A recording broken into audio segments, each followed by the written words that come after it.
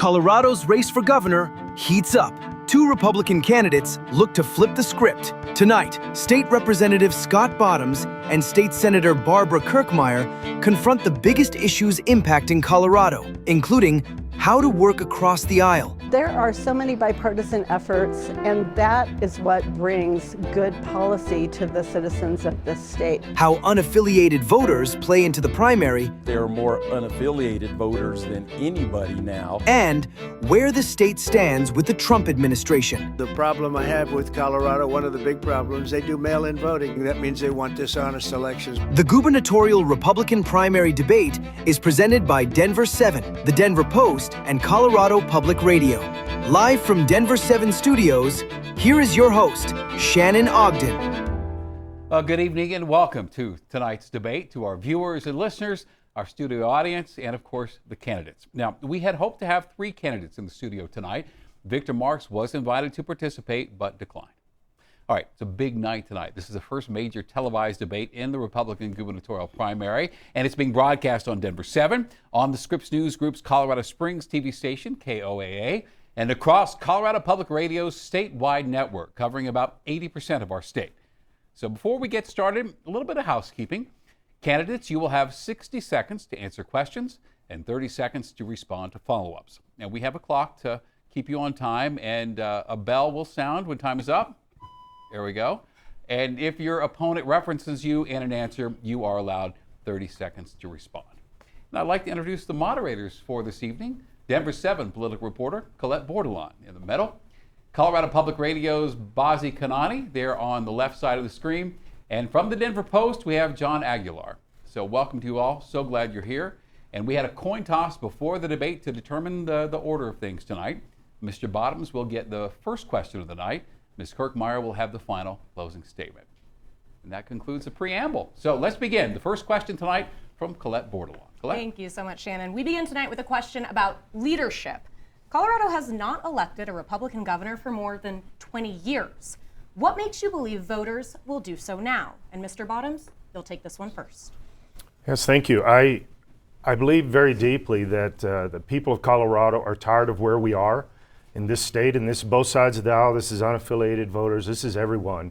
They are tired of the bigger issues that have to do with boys and girls sports and those kind of things, and I've shown leadership of that. I do not shy away from the social issues. I don't shy away from the scary kind of issues, and I believe that's leadership. I don't believe that this is just about the budget and potholes. I believe it's about some much bigger issues.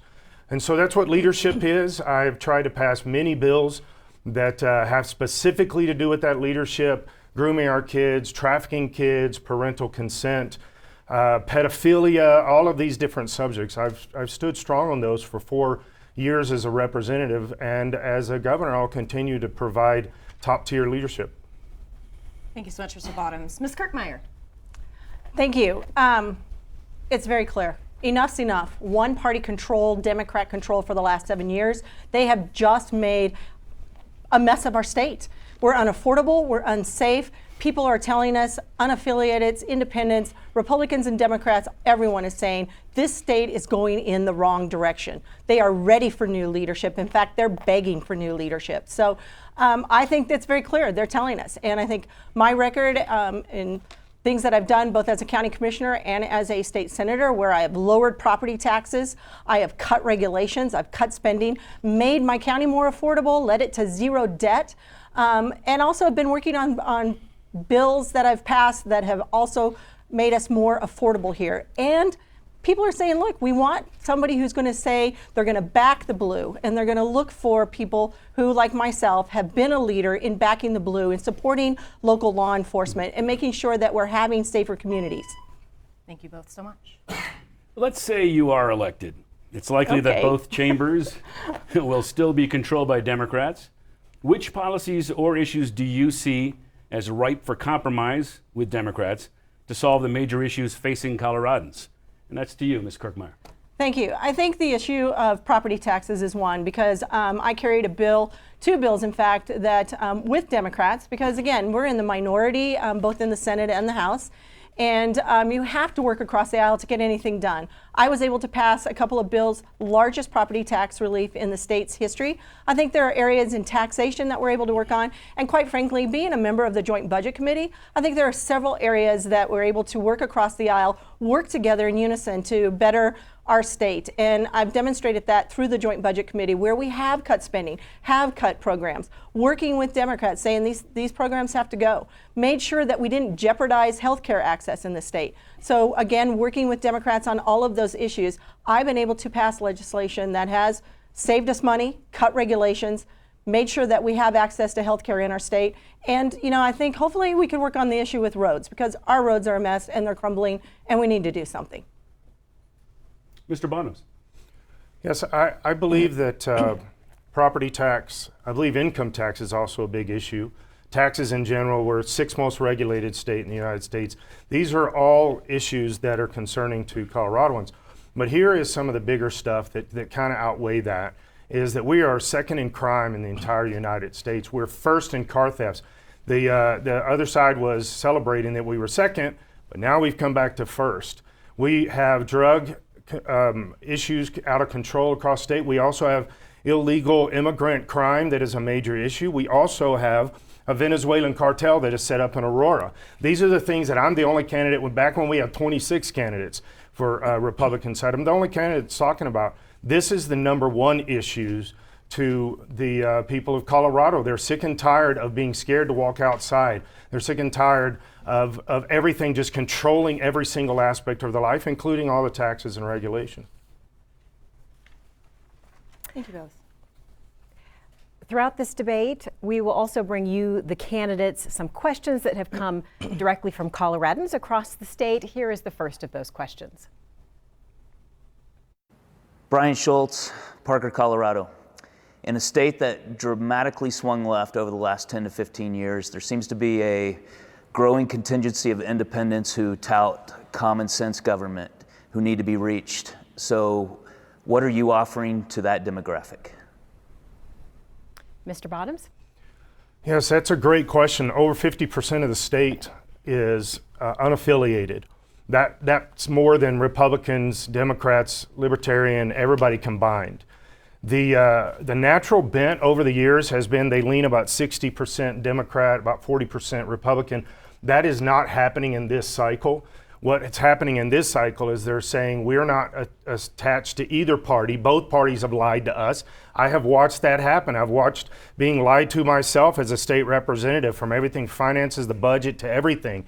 That we need leadership. We need somebody to provide something that has not been provided. This is why I jumped in as a representative 4 years ago. But I'm very strong with unaffiliateds. My leadership, my strong voice, my uncompromising, not just to get stuff done. That's normal politics stuff.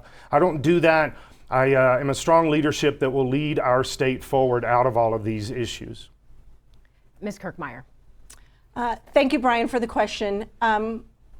I have led over the course of my time both as a county commissioner and as a state senator, led my county again to zero debt. So what I offer to bring to people, regardless of which party we're in, I will be a governor for everyone in the state of Colorado. I have led in making sure that we have gotten a reduction in property taxes, not just in my county, but statewide. I have led and made sure that we've cut regulations, because you know what? On day one, we're going to be open for business here in Colorado. We're going to tell our citizens and tell our businesses that we're going to pull back on those regulations and let them go create jobs, because that's what the people in Colorado are asking for. They're talking about how unaffordable we are, how unsafe they're feeling in our state. And I think you go back and look at my record, I think people will understand not only where I've been, but where we're going to go. And it will be about working with law enforcement, making sure that we are backing the blue. That's why last year I marshaled through the bill that provided $350 million of funds to law enforcement officers throughout the state of Colorado.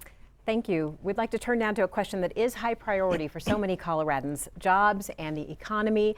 Why are you the better candidate to create well-paying jobs in Colorado? Ms. Kirkmeyer, will you start us with this one? Yes, absolutely. Thank you. Appreciate the question. I'm the better candidate because I have the most experience and I'm qualified and I know how to get the job done.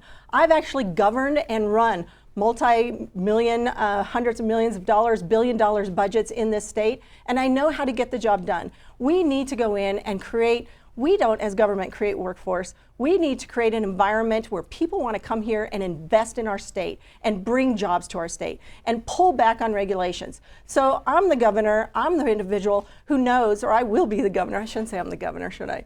But I am the individual who knows how to go in and pull back on those regulations. I spent years working on committees where it came to oil and gas regulation, and I know where we've gone too far. I carried a bill a couple of years ago to ensure that we protected our water rights in this state and protect our agricultural industry. Those are two of the largest industries in our state. So on day one, as Governor Kirkmeyer, again, we'll be open for business, we'll claw back regulations, and we'll let everybody know that jobs are going to come here to Colorado. Mr. Bottoms. Yes, thank you. That's a great question. There's a lot of layers to it.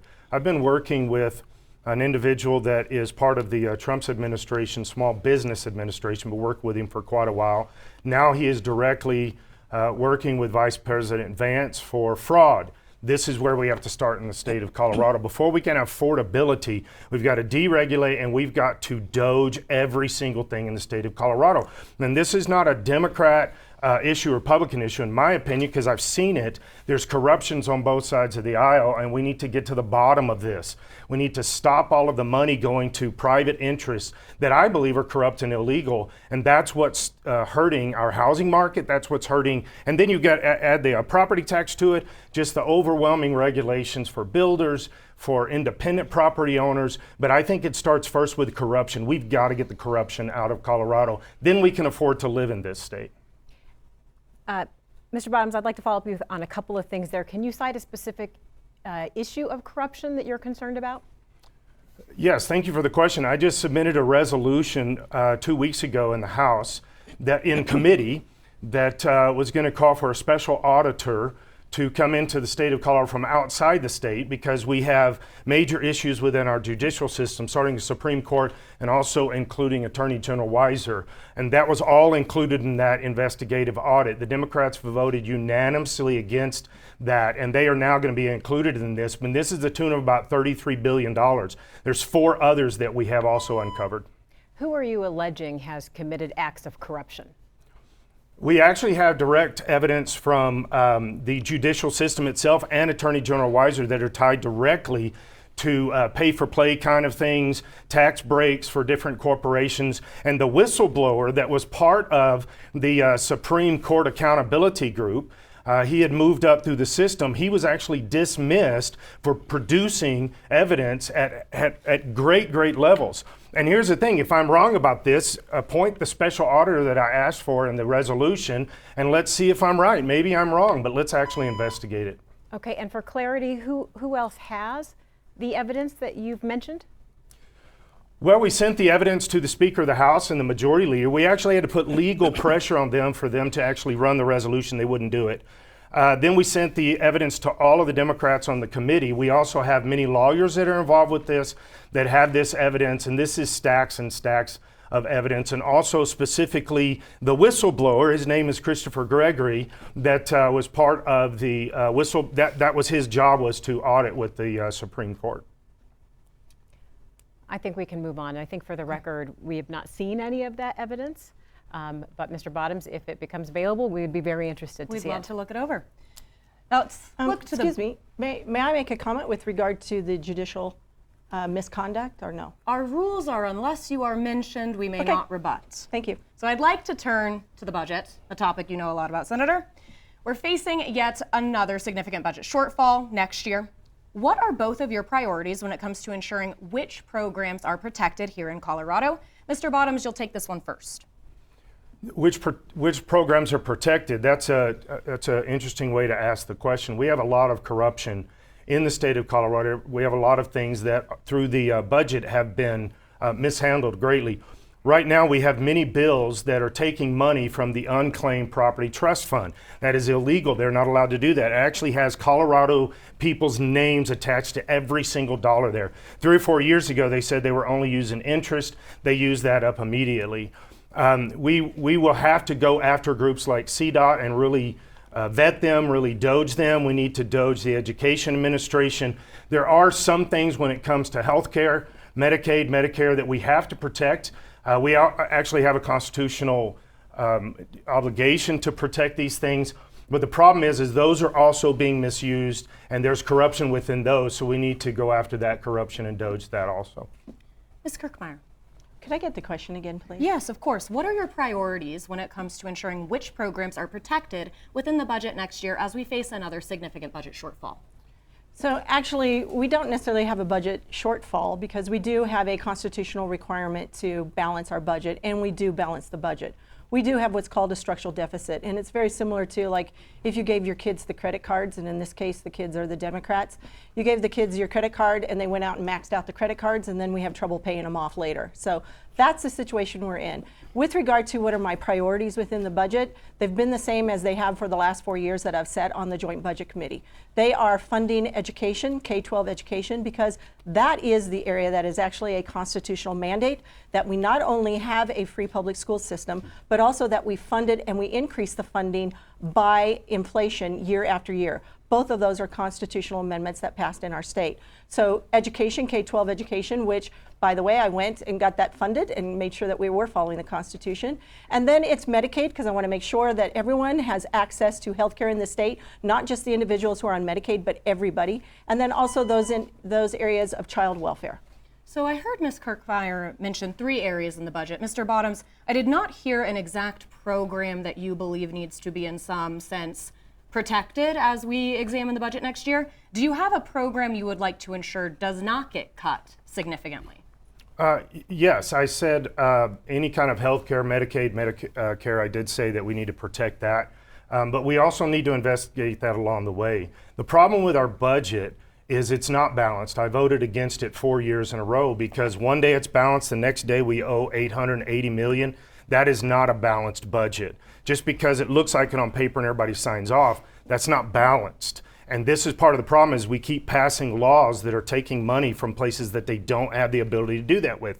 So we've got to protect healthcare. There's a constitutional requirement to balance the budget every year here in Colorado. But John. Candidates. May I answer the question about what the one thing that we wouldn't cut? The one thing you would not cut? Yeah, that was the question you asked of Representative Bottoms. Oh, I believe I asked that when I meant what programs would you protect. I was just looking for a program that he would protect. I heard some that he would look into further, but not necessarily. So I wanted to follow up on that. Okay, thank you. Candidates, when Colorado's last Republican governor was in office, he worked alongside state lawmakers on a proposal to deal with massive budget cuts at that time. One of those measures, a ballot issue, gave the government a 5-year reprieve from the spending limits of the TABOR Amendment, the Taxpayer Bill of Rights. Would you ever consider changing the requirements of TABOR if you believed it would help? And that's to Ms. Kirkmeyer first. Thank you. No, I would not change the requirements of TABOR. Again, another constitutional amendment that was put into our budget back into our Constitution back in 1992. And I actually worked for Governor Bill Owens and was a member of his cabinet and served at the Department of Local Affairs. And the way, first of all, that Governor Owens worked to make sure that the budget was balanced when we were going through a recession, because we aren't in a recession right now, is he came in and told us that we would cut anywhere from 10 to 14% in that first few months right after 2001, 9/11, 2001, and those horrendous fires we had that year. So no, I'm not going to go in and change TABOR. In fact, I think maybe you're talking about a bill that came up this year, Senate Bill 135, and I argued very strenuously against it because I think it's wrong to go in and tell people that you're not increasing their taxes just because you're increasing the cap, and you are increasing people's taxes. We are one of the least affordable states in the nation, and all these Democrats can keep doing is just figuring out how to increase our taxes. So no, I would not change TABOR. I would protect it. Mr. Bottoms, your response. Yes, I would strongly protect Taxpayer Bill of Rights. Here's something that happened when Governor Owens did that. I strongly disagreed with that at the time, and the reason is because it goes against the constitutionality of what TABOR was. You can't just set it aside for a period of 5 years, but they did, and my numbers were about $35 million per year that affected taxpayers, that they didn't get that money back. Right now, we already have 71% of all taxpayer dollars go around TABOR, and they do that through fines, through fees, through special districts, through tollways on the highways. This is how that goes around. And so that's already unconstitutional. We're already breaking the law, and we're hurting taxpayers. They should be getting more refunds, higher refunds, and now this year, they said, well, we're not going to give you a refund at all. We're just going to break it up maybe over a period of time, and we'll decide that each year. And this is part of the budget process, and I'm against that. This is egregious what's being done. Medicaid is about a third of the state's budget. Its costs have ballooned in recent years, and to balance the state budget this year, lawmakers had to make some painful cuts to Medicaid services, and that includes for people with disabilities and for their caretakers. How would you approach the problem of skyrocketing costs for Medicaid? Are there specific cuts that you would make in Medicaid? Mr. Bottoms? Yes, great question. This is something I have fought strenuously on the floor in the Capitol. We have hundreds of millions of dollars right now that are going to illegal immigrant abortions and transgender surgeries. You can find these through the budget line items. Now, what I suggested, and I ran many amendments about this, because they're taking away seniors' care, they're taking away disability care, specifically cognitive, but also physical, took $15 million away from deaf and blind community, took away from all kinds of researches, cancer researches, and I ran amendments that said, let's take that from the illegal immigrant money and let's put it back in those programs. Why are we paying for illegal immigrant abortions and transgender surgeries when our seniors are having their money taken away, when our disability community is having their money taken away? And you can go right down the list. There's lots of them. And you can go online and see those amendments that I ran and how I tried to fight that. Ms. Kirkmeyer. Thank you. With regard to the question to Medicaid, there are three areas where you can work to cut Medicaid. And I will say, first of all, in the budget, we did make some cuts in Medicaid, but actually it still was an increase in Medicaid as we moved forward. It was scheduled that it needed like a 12% increase. We ended up increasing it by about 3 or 4%. So we made cuts in the increase. And we did have to go in, and it was very difficult to make the cuts that we made. And there were certain areas that it protected, like the family caregiver hours. Made sure that we didn't cut those. Went through and also said we didn't cut the maternal health care codes, because we have 25 counties in this state that have maternal health care deserts. Doesn't make sense if we are cutting the codes or cutting the reimbursements for maternal health care in our state. So we did not cut those. And I would challenge my opponent here, Representative Bottoms, to point to me which lines exactly in the budget that he's talking about, because they aren't there when he talks about with regard to cutting certain things and that we're funding transgender and abortions for undocumented immigrants. Certainly not hundreds of millions of dollars. Mr. Bottoms, you are allowed to rebut that by our rules. Yeah, thank you. There's plenty of video out there. I have it on my website. It's at the state capitol, where I've tried to run amendments to stop the cut of senior care in Medicaid, Medicare, to stop the cut of disability programs, to stop the cut of the blind and deaf community, to stop these things. You can go watch the video. Ms. Kirkmeyer. Actually, I asked if he could point to the lines that he's actually talking about, because we actually, like I said, there were going to be great increases in the Medicaid, and by the way, we don't have Medicare, that's at the federal level. But there were going to be great cuts, there were going to be great increases. We'd made cuts, but there were still increases to the deaf and blind community, to the individuals with disabilities and intellectual disabilities as well. And we did make increases to those, but we did have to make cuts. We could not allow that area of the budget to grow by leaps and bounds. You're right, it's more than actually 30% of our budget. Let's move forward. Do I not get to rebut that? She did, well. She didn't mention him by name. You did not, I do not believe she mentioned you directly. We're going to move on to public safety. We've seen Republicans here in Colorado support restrictions on law enforcement searches of databases for systems like flock safety cameras, those license plate reader systems. What restrictions, if any, do you believe are needed? And Ms. Kirkmeyer, you'll take this one first. Sure. On the flock cameras, I think is what you're talking about there, is there do need to be some restrictions. We need to be able to protect people's privacy and protect their data. I do think that there needs to be access, though, for law enforcement. And I think, in looking through that and talking to my sheriff, because I talked to him a lot about this question, because we had a bill come up in front of us with regard to trying to ban those and make different changes. There needs to be access by law enforcement. The flock camera stuff, though, information and data should not be commercialized and it should not be sold. I think there needs to be a prohibition against that. And then again, we need to be able to work with our law enforcement folks so they can go after and catch the bad guys and put them in jail where they belong. And so I think access needs to be controlled by who's getting it, no commercialization of it, and then the ability of law enforcement to use it as a tool for what they need to do to keep us safe. Mr. Bottoms. Yes, I've gone around and around with law enforcement about this. I'm definitely pro-law enforcement. I'm pro-ICE, all of these things. But I think you have to be careful when you start allowing Big Brother, the government, have so much reach and control. I would love for the law enforcement to have all of the tools necessary, but the flock cameras and adding extra cameras everywhere and being able to access all that, I think there has to be some limitations. And part of the reason is we've already seen 2 cases in the state of Colorado where somebody was highlighted on a flock camera, and one of the ladies, she was arrested for doing things that she didn't do, but it looked like at that moment on the flock cameras that it actually she had done something. And so I just think you have to be careful of overreach by the government.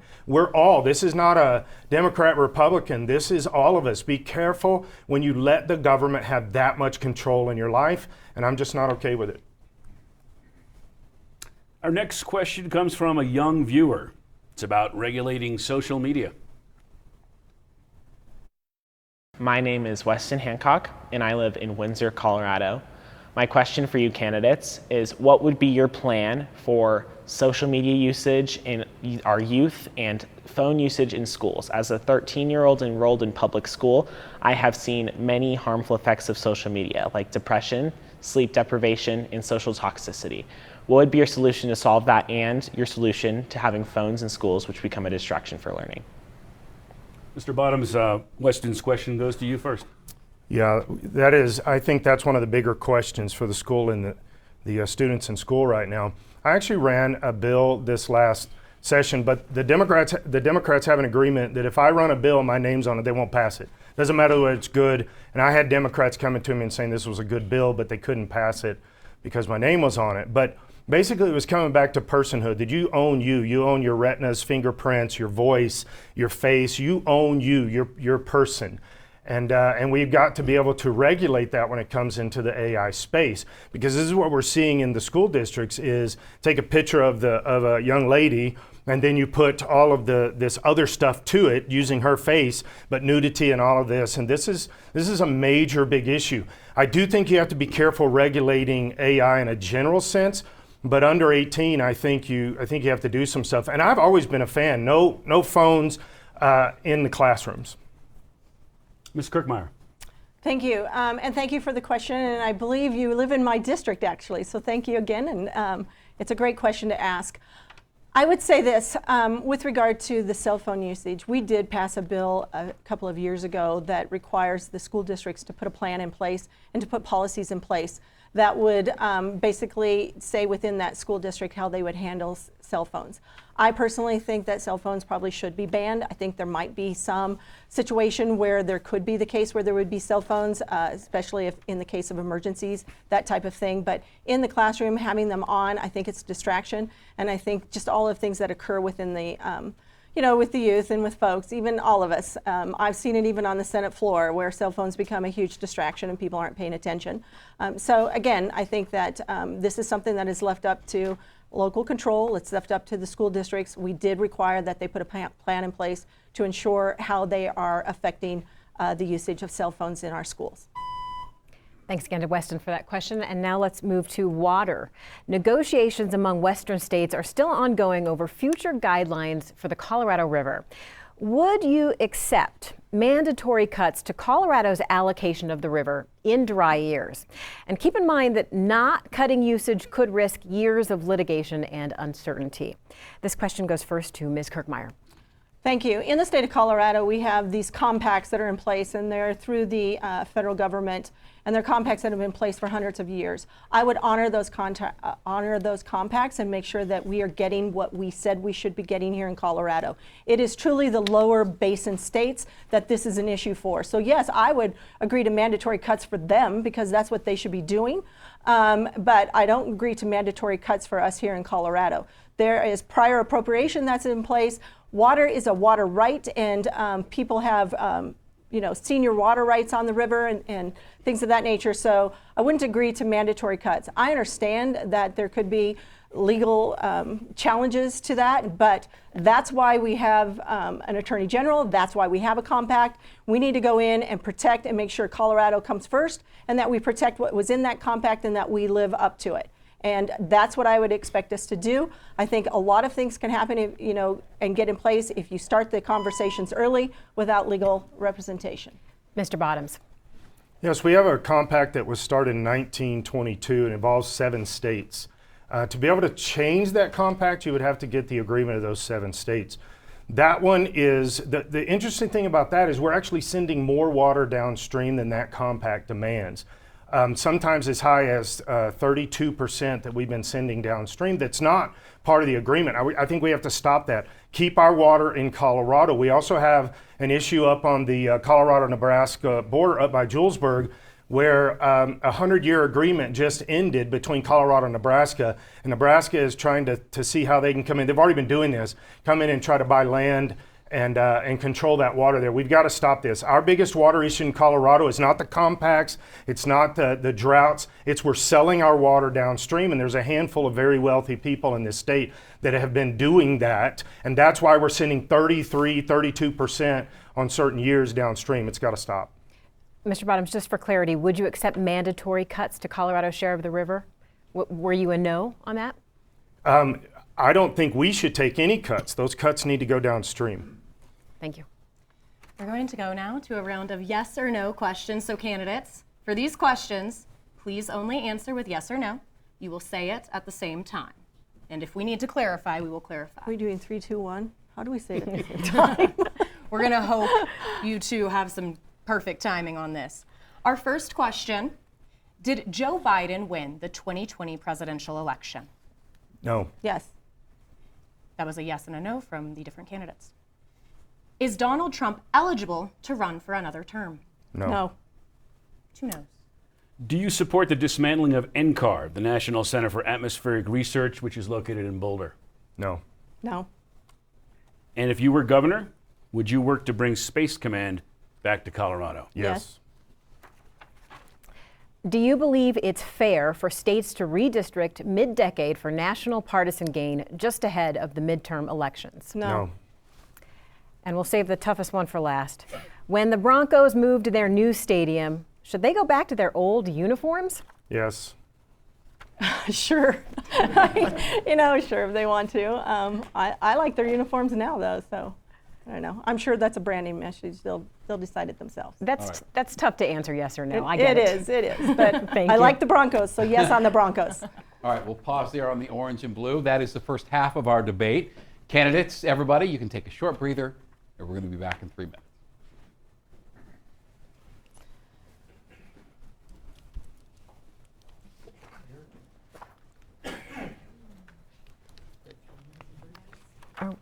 Are we changing order? Yeah.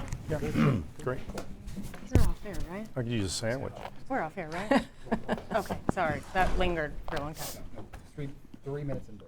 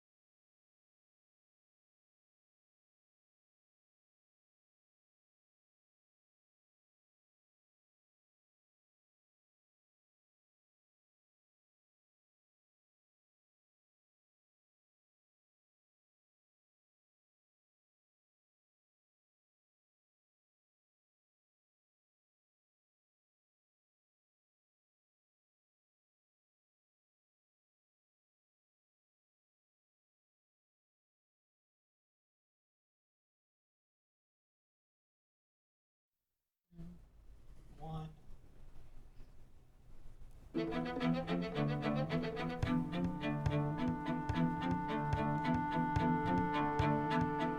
right, welcome back. We're going to begin the second half of tonight's debate talking about where Colorado stands with the Trump administration. So our first question for this half hour, Bazi Kanani. Bazi? Thanks, Shannon. The Democratic primary debate was just last week, and in that debate it was clear that whoever advances to the general election will likely campaign on standing up to the Trump administration. This is partly because President Trump's favorability numbers are low in Colorado, and a recent poll found his numbers softening even among Republicans here. If you advance to the general election, will you attempt to differentiate yourself from President Trump? And if so, how? This question goes first to Ms. Kirkmeyer. If I advance past the primary to the general election, I'm going to differentiate myself against my opponents, that it will be our opponent in the general election, and I will work through that. So I think there will be some areas that I probably will differentiate from President Trump. Like, I will be sure that I put Colorado first. Some of the things that President Trump has done recently, basically I don't agree with, and I would develop a relationship with him and let him know that I don't agree with him on those things. But we need to be putting Colorado first. I would hope that President Trump would remember that we're all his constituents as well, and that he would start looking out and working with us in Colorado a little bit better. But I would say it doesn't help that my Democrat opponents in this race keep poking at him and keep going after him. I mean, lawsuit after lawsuit doesn't necessarily make for good relationships. So I'm not sure how they will ever be able to work with a Trump administration should they get elected. So again, I think it's reaching out, working with them, but there are things that I don't agree with President Trump, and we will be set apart in certain areas. Mr. Bottoms. Well, I don't accept the premise on the question on face value.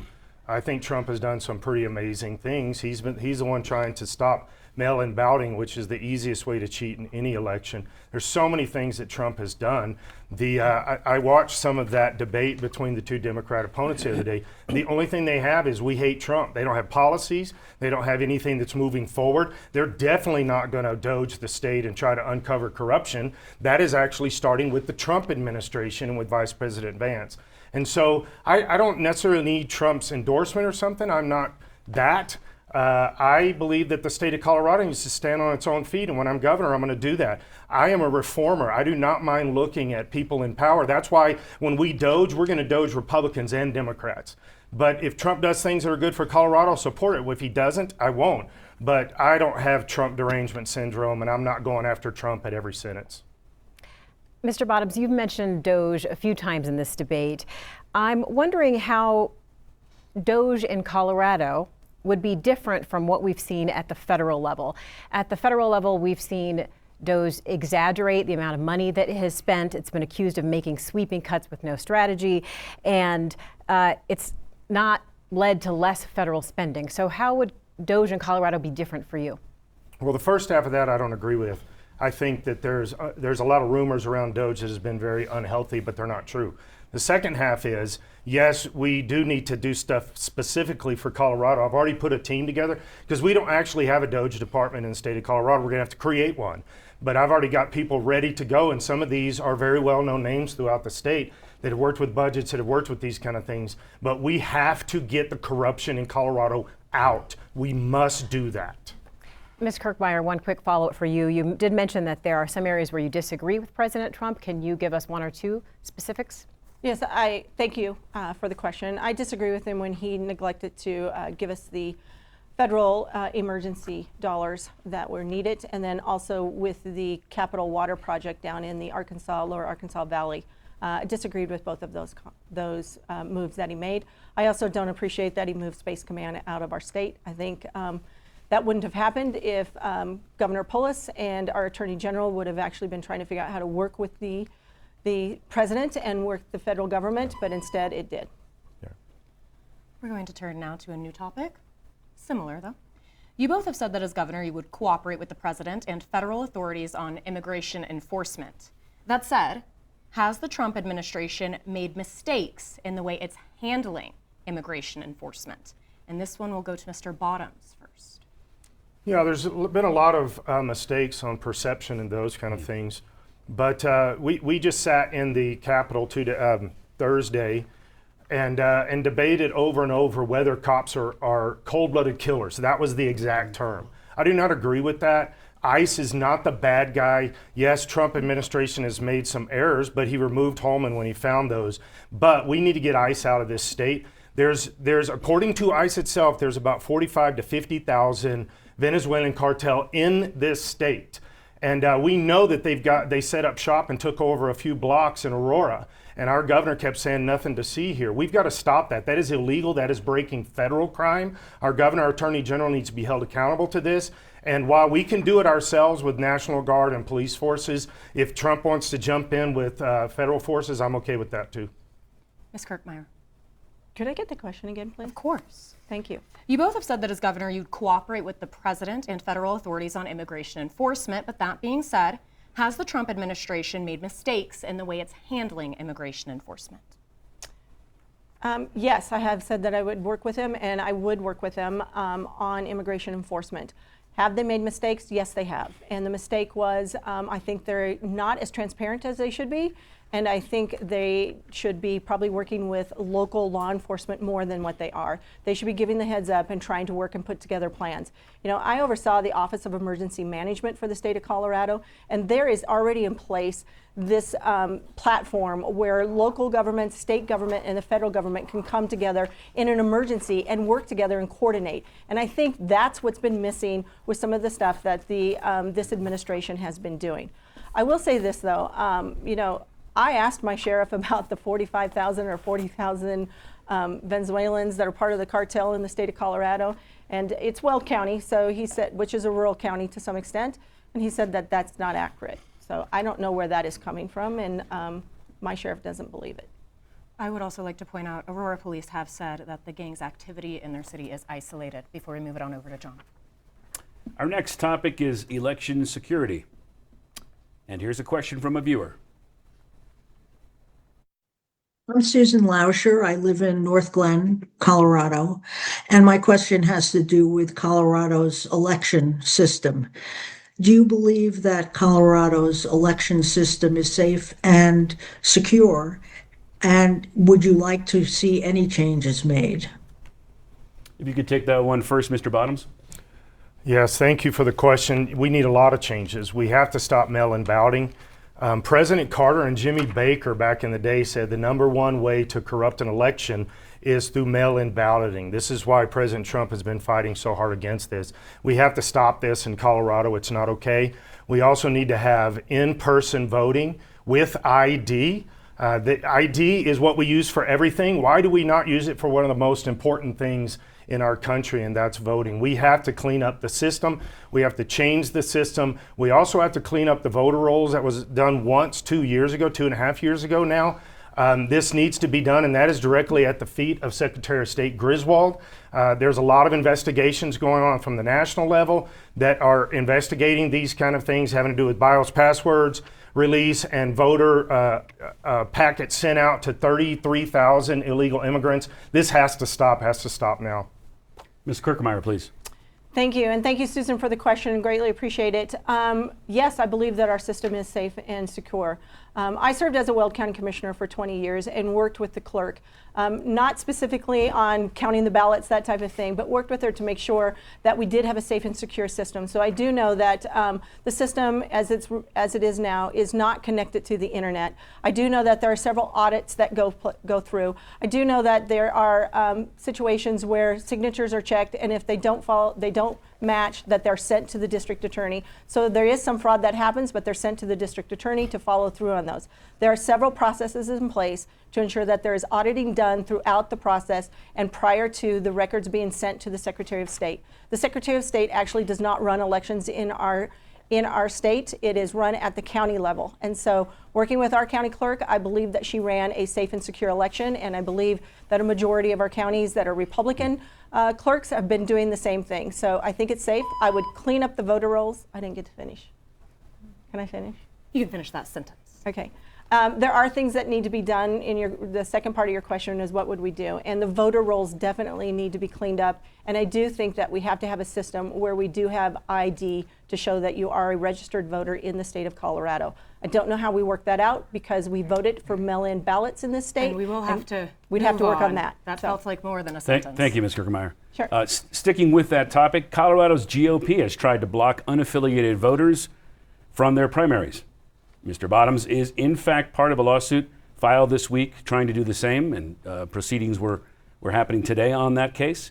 As the number of Coloradans registered as unaffiliated has continued to grow and now make up just over half of voters, why this attempt to keep them out of the process? Ms. Kirkmeyer, please. Thank you for the question. It is not my attempt to keep them out of the process, and I think it's a big mistake. I have not ever supported that we would opt out of the primary. I think the process, as I recognized it through the Colorado GOP, is basically it would have not only alienated unaffiliated voters, but it also would have alienated about 900,000 Republican voters as well with the process that they were trying to set up, where you would only go through a caucus process, which quite frankly, most people don't even know what the caucus process is. So I am not in support of that. The state GOP went through a process, and now I know there's another process that I'm sure we're going to hear a little bit more about here, but I'm not in support of that. I don't think it's a wise idea to say that all of the unaffiliated independent voters in our state would receive a Democrat's ballot in the primary and they wouldn't receive a Republican one. I think that would put us at a disadvantage as Republicans, and I don't think it's a good idea. Mr. Bottoms, your thoughts? Yes, I'm part of a lawsuit right now. In fact, I was in court today dealing with this. The lawsuit affects Republicans, but it also affects Democrats. You wouldn't just not have a Republican ballot. You would also not get a Democrat ballot if you're unaffiliated. Here's the thing with this is we have a caucus state, we have a caucus process. You pick precinct leaders, you pick delegates in the caucus, you vote those in.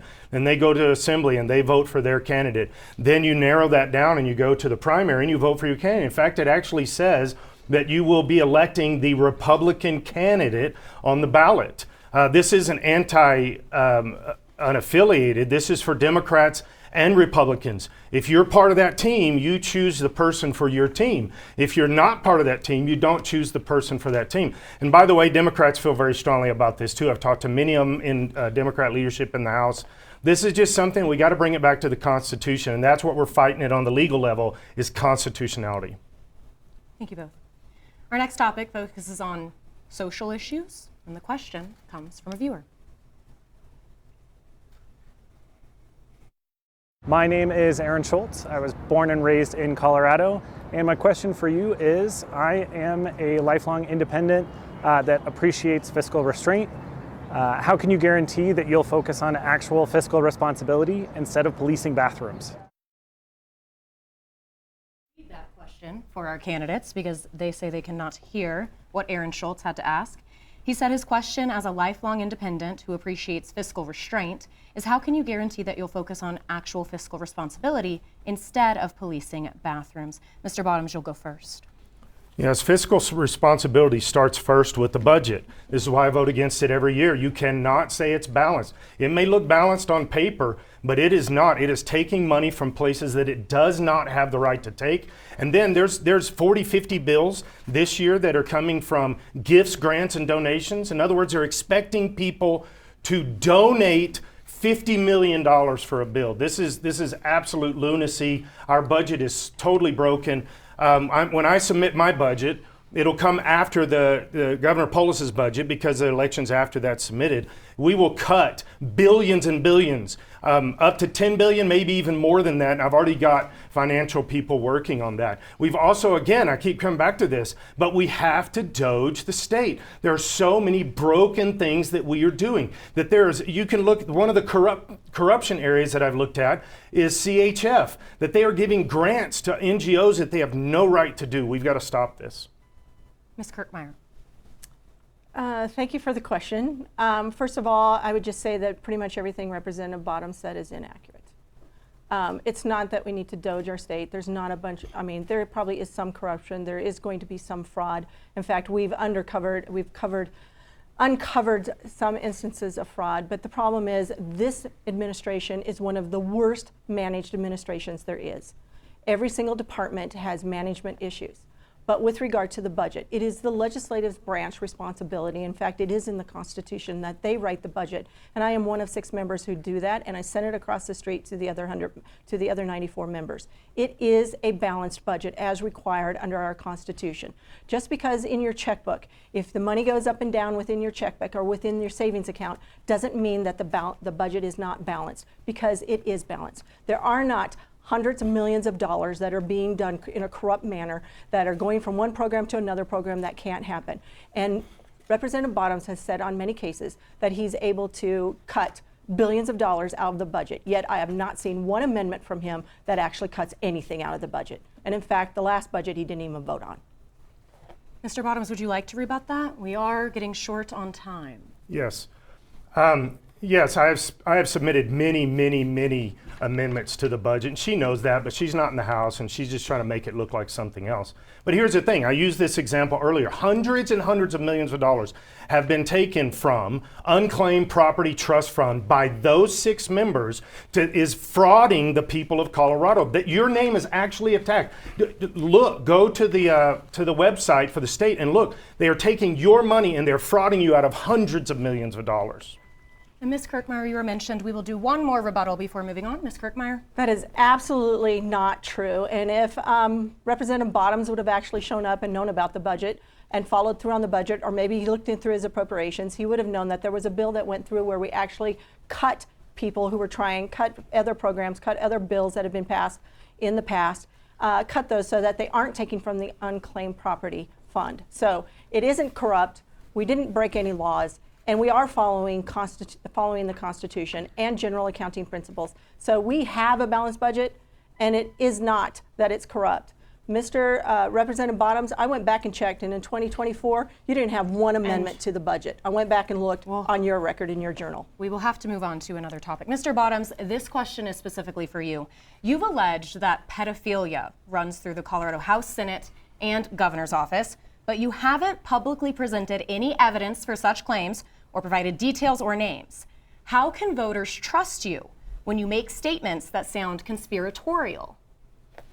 Yeah, that's a great question. You can check on this. I'm working with Tom Shea from the FBI here in Colorado. I was working with the FBI in a different state.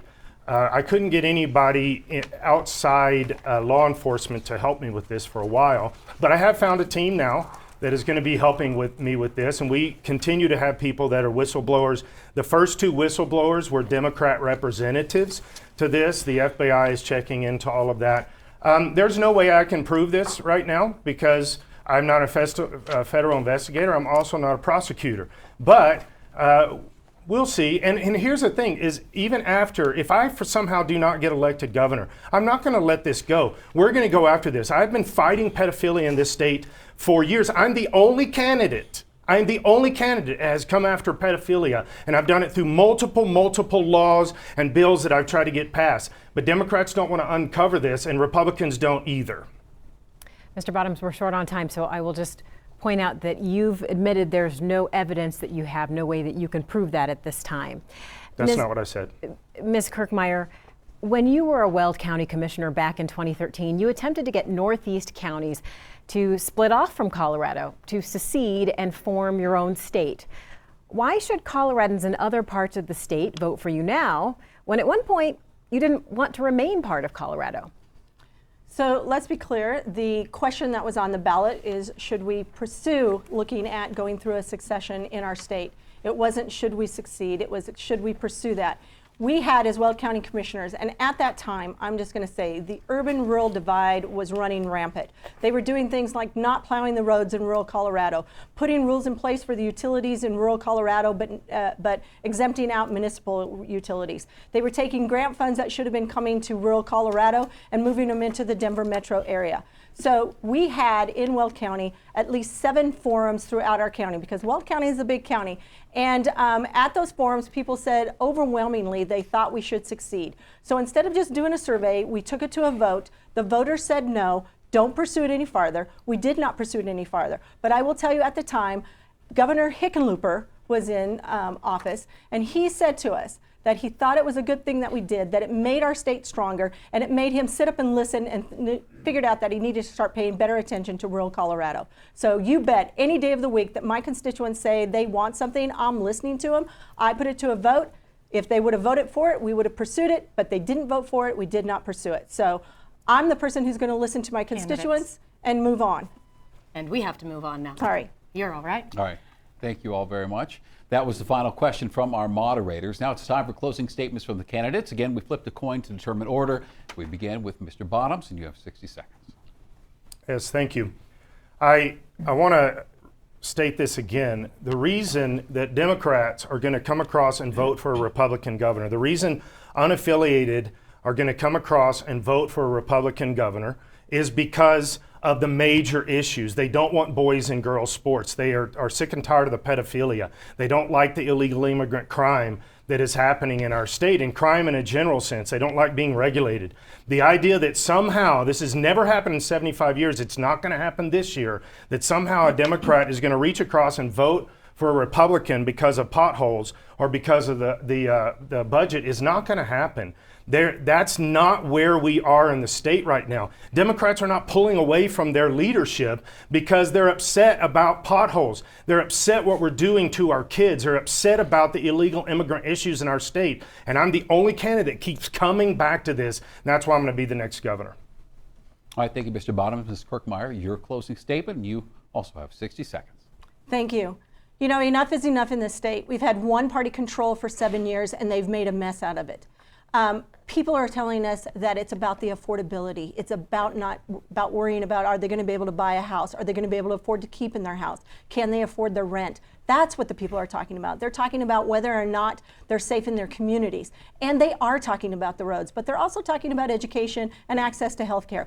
All the things that either as a county commissioner or a state senator that I have worked on. I have been a leader. They can see where I'm going because they'll know where I've been. I have cut taxes, I've cut regulations, I've cut spending, I've backed the blue and supported our law enforcement and made sure our communities are safer, and I've actually gone out and fixed roads as a county commissioner. That's what the people want. There are a lot of folks that are unaffiliated and independent, and you're so important in this race. You have a clear choice to make. And I believe I am that person. I am qualified. I am the only one who's ever governed before. And on day one, we will be open for business, and I'll be listening to what your needs are and actually acting on them. All right. Thank you, Ms. Kirkmeyer and Mr. Bottoms, for accepting our invitation, for your time, and for the chance to hear why you think you are the one to steer Colorado through the next 4 years. And this concludes our debate. Thank you to our studio audience. You were lovely. To you at home or wherever you are watching and listening. And then tonight on Denver7 News at 10, we'll break down this evening's debate. I hope you join us for that. And of course, don't forget, primary election, June 30th. Thank you very, very much to everyone, and good night.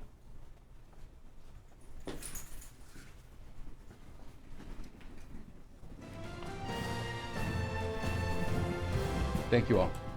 No, my privilege. Thank you. Nice to meet you.